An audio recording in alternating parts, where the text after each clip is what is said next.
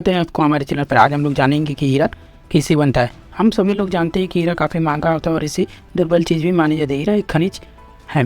खनिज उन चीज़ों को कहते हैं जो जमीन के नीचे से निकाली जाती है। हीरा रासायनिक रूप से शुद्ध कार्बन होता है। ये पूरी तरह से कार्बन से बना हुआ होता है। इसमें कोई तरह के कुछ भी मिलावट नहीं होता है। अगर आप हीरे को बहुत तेज तापमान में द्रव करते हैं तो ये जलकर कार्बन डाइऑक्साइड में बदल जाएगा। दिलचस्पी की बात यह है कि हीरे को जलाने पर किसी भी तरह की कोई ग्राहक नहीं बचती है और असली हीरा को जलकर पूरी तरह से कार्बन डाइऑक्साइड में बदल जाता है। आज हम इसी पर बात करने वाले हैं। दोस्तों, आप सब वीडियो में बने रहे और जानिए हीरा कैसे बनता है। इससे पहले चैनल पर नए हैं तो चैनल को सब्सक्राइब करें। आप जब दुकान में जाते हैं तो आपको देखते होंगे कि अंगूठी या फिर कुछ भी हीरा की चीज़ लेते हैं तो बहुत कीमती होता है। इसकी कीमत देखकर आपके मन में सवाल उठता है कि एक बार कि ऐसा हीरा कैसे बनता है। हम आज बहुत ही दिनों के बाद आपसे बताने वाले हैं कि हीरा नकली और असली का पहचान कैसे किया जा सकता है। दोस्तों, हीरा कार्बन का शुद्धतम रूप होता है। रासायनिक रूप से कार्बन का शुद्धतम रूप होने की वजह से इसमें किसी भी तरह का कोई अन्य पदार्थ नहीं मिला हुआ होता है। यदि अगर आप एक प्रयोग करें तो और अपने घर में मौजूद माइक्रोवेव ओवन पर 763 डिग्री सेल्सियस पर इसे गर्म करते हैं तो ये जलकर कार्बन डाइऑक्साइड में बदल जाएगा। आप यही सोच रहे हैं कि ये कोयले की तरफ पीछे राख छोड़ देगा, क्योंकि कोयला भी तो कार्बन का बना होता है। तो इसे बिल्कुल नहीं, हीरा या डायमंड शुद्ध कार्बन का बना होता है, जिसे वजह से इसे चलाने पर सीधे कार्बन डाइऑक्साइड गैस में बदल जाती है।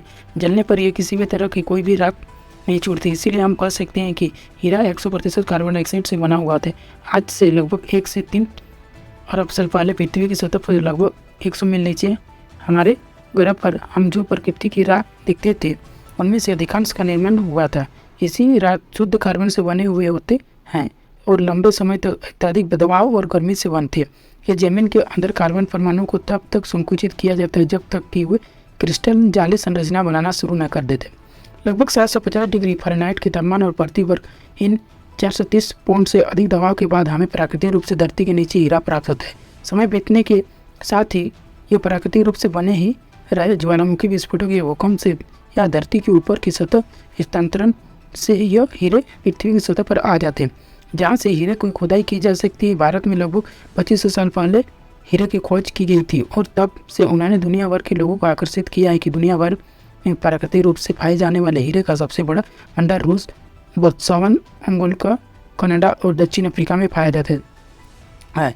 प्राकृतिक रूप से बनने वाले हीरो की कोई कीमत लाखों करोड़ों में होती है। ये हीरे काफ़ी कीमती होते हैं। आजकल हीरो का प्रयोगशाला में भी सिंथेटिक रूप बनाया जा रहा है। सिंथेटिक रूप से बनाए जाने वाले हीरे पर अलग अलग तरीके के पदार्थ मिलावट की जाती है और बारीकी से नकल कर दिया जाता है प्राकृतिक हीरे को देखकर।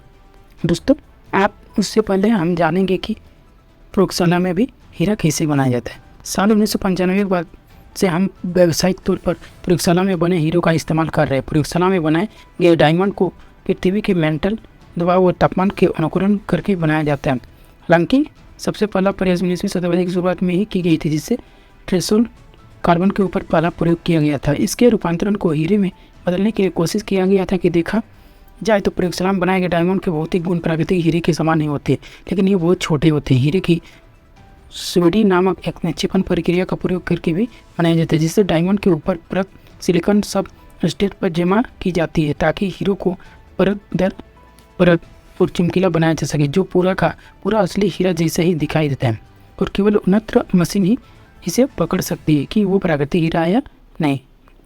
दोस्तों, आज हम फिर से जानेंगे कि हीरा की पहचान कैसे की जाती है, नकली है असली। बाजार में आपको प्राकृतिक और प्रयोगशाला में सिंथेटिक दोनों ही तरह के हीरे देखने को मिल जाते हैं। ऐसे में हमें एक असली हीरा की और प्रयोगशाला का या फिर नकली हीरा या फिर जो भी हीरा उसकी पहचान जरूर करना चाहिए। हालांकि आप किसी ज्वेलर के पास जाकर असली और नकली हीरे का पहचान करवा सकते हैं, लेकिन ज्वेलर से आपकी असली और नकली हीरे की पहचान कराने के लिए पैसे खर्च पड़ते हैं। हालांकि सबसे अधिक विश्वसनीय तरीके कैसे माना जाता है, एक ज्वेलरी के पास किसी भी डायमंड की गुणवत्ता का परीक्षण करने के लिए बहुत सारे औजार और उपकरण होते हैं, लेकिन फिर भी अगर आप अपने घर में असली एवं नकली हीरे की पहचान करना चाहते हैं तो आप उसे आसानी से घर में कुछ सामान्य परीक्षण द्वारा जान सकते हैं। जल परीक्षण के द्वारा भी जान सकते हैं। जल परीक्षण इस तरह से होता है कि यह परीक्षण मानव निर्मित होती है।